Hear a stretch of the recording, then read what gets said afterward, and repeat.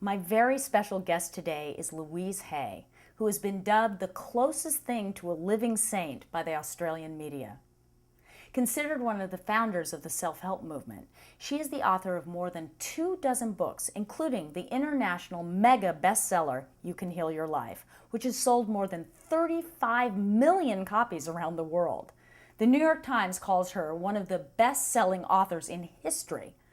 Thanks to Louise's healing techniques and positive philosophy, millions have learned how to create more of what they want in their lives, including healing and well-being in their bodies, minds, and spirits. She is the founder and chairman of Hay House, a successful publishing company that began in the living room of her home before turning into a worldwide publishing company with offices in the UK, Australia, India, and South Africa. Hay House authors include Wayne Dyer, Dr. Christiane Northrup, Susie Orman, Dr. Brian Weiss, Doreen Virtue, and many other notables in the self-help movement. An active philanthropist, her nonprofit organization is the Hay Foundation, which supports those dealing with AIDS, battered women, and other challenged individuals in our society. Although she is now officially retired, we saw her on Oprah last year, and now I am thrilled to say that she is here with us today. Well, welcome. It is such a pleasure and honor to be interviewing you. Thank you. So you say that if we change our thinking, we can change our lives. Oh, we do. We do, constantly, all the time. You think a negative thought, you're going to go on a downward spiral. You think a positive thought, you'll attract wonderful things to you. Absolutely. Well, so can you share with us a little bit more about your beliefs and ideas and thoughts about ourselves and the cause of our physical and emotional problems? Well, I have come to realize it boils down to choosing the thoughts you think and choosing the foods you eat. And when you can be wise in both areas, you have perfect health. Because the body knows how to take care of itself, but not if you give it a lot of junk. And not if you give yourself a lot of junk thoughts. So it's a clearing. It's clearing the weeds from the area, from the mind, and from the soil. And well, I couldn't agree with you more. I've been following your work for years and years, and so. But for those of people that have tried to change their thinking but seem to be stuck, and can you give them some advice to help them to be more positive or to get through? Well, those I don't places? think that they've been trying and they're stuck. I think they just haven't tried. Because if you will practice this, even a small amount, it makes a difference. I have a simple exercise I give everybody, and some people say, oh, that's so stupid, it's so silly. But I ask them to look in the mirror, especially first thing in the morning, and just look in their eyes and say their name and say, I love you, I really, really love you. And this is enormously hard for most people to do to begin with, but as you continue to do it, it makes a big difference. You see, life loves you, life really loves you, but if you don't love yourself, it's very hard for life to bring you the goodies because you've got this wall up. So when you can learn to love who you are, and that's the way you were born, when you were a little tiny baby, and when I say you, I mean everybody listening to this, we all adored ourselves. We loved our bodies, we loved every part of ourselves. And then we started to listen to other people who told us we weren't good enough, or we didn't do it right, or no, no, no. And so we decided that maybe we weren't very good. And that's where we get all mixed up. But when we can get back to that point of just adoring this marvelous critter in here, then life says, oh, she's got it, let's give her goodies. And then the next step is to be very grateful about it. Yes. When you're really grateful, then they want to give you more. Excellent. Oh, that's wonderful. So 30 years ago, you were diagnosed with cancer, and you recovered. So will you share that story with us? Well, what I realized at the time was that I had already been studying this stuff, the metaphysics and the thoughts, etc. And when that happened, I realized that life was giving me a chance to prove to myself that what I was teaching worked. So I said, okay, you better get in there, girl, and do it. But I did, yes, I not only changed thoughts, but I think one of the things that was the most helpful, really, was the forgiveness. I really got in there and dug out as much as I could find out about my parents' childhood. And when you understand somebody's childhood, then you can understand how they went from being this wonderful little baby to the people who would mistreat another child. And that sort of gives you a point to begin your forgiveness work. And when I started to do that, I think that was the big shift inside. Yeah. But then, of course, I also did, I found a wonderful naturopathic doctor. Yes. And there's a very interesting story goes with that, because this is over 30 years ago.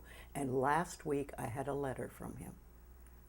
And we have not communicated in all this time. This is the naturopath? Yes. I had a letter from him, and he wanted me to do his second book. Oh, wow. And I thought, wow, isn't this interesting? Because here's a man who literally contributed over 30 years ago to healing my life. Yeah. And now I get to do something for him. That's so beautiful. So we said, you know, comes full circle, yes, right? full circle. So That's I'm going wonderful. to do whatever I can for him. So we had the manuscript come, and you know, we've gone over it, and we really like it, and it's wonderful. That's beautiful. And you know, you can't make this stuff up. No, you can't. When life has an opportunity it wants to present to you, it's there.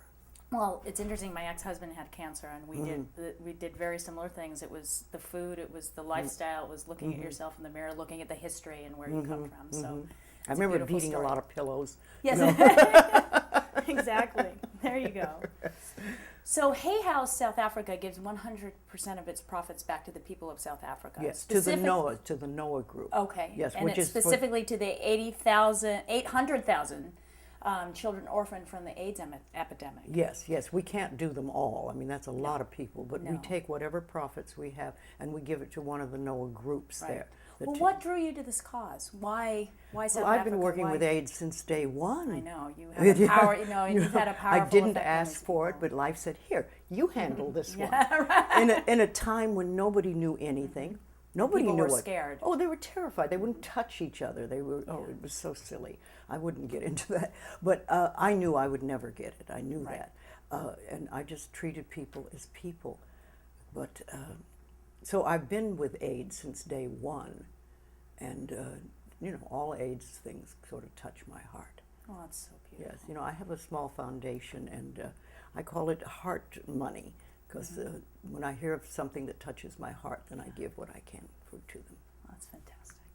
So, since we're here at the Spiritual Cinema Circle, we have to ask you about movies. When did you first fall in love with movies?